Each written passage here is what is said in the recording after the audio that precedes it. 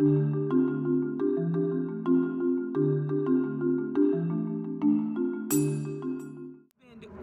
damn plane.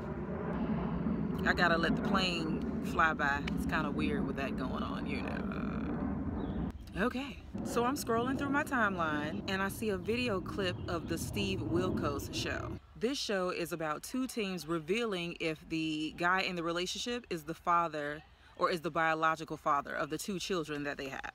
They're like 16 years old, and before getting the DNA results, they seem very much in love and very supportive of each other. So as the show goes on, Steve then decides to announce whether this guy is the biological father of their two children. So he announces the DNA test for the first child. DNA results show that he is not the father of the first child. He appears to be very disappointed and he starts to cry, and the girl is like, "I'm sorry."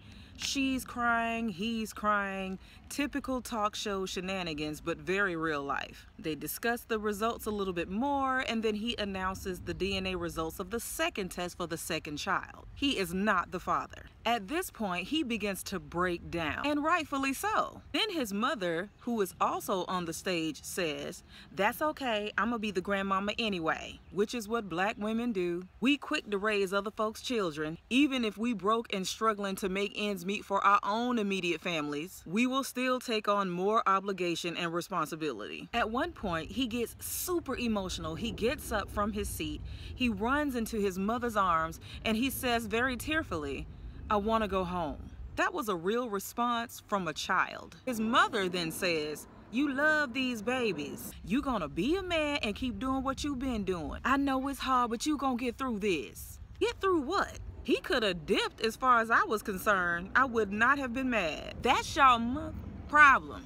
How you gonna tell a 16-year-old boy to be a man? He doesn't know what that means. He hasn't experienced any real independence. He doesn't know what it's like to be an adult and make adult decisions. Raising someone else's children at 16 is being a man? She is literally telling her son that he should hold himself accountable for decisions the girl made. Some would feel that him deciding to help her raise these two children would be some type of noble act, but not as a 16-year-old boy. Why do we feel the need to rush boys into being men? Because you know what happens? They become resentful, and they often live much of their lives trying to make up for the time that they've lost. And similar to that boy in the video clip, sometimes you end up with a grown man that just wants to go home.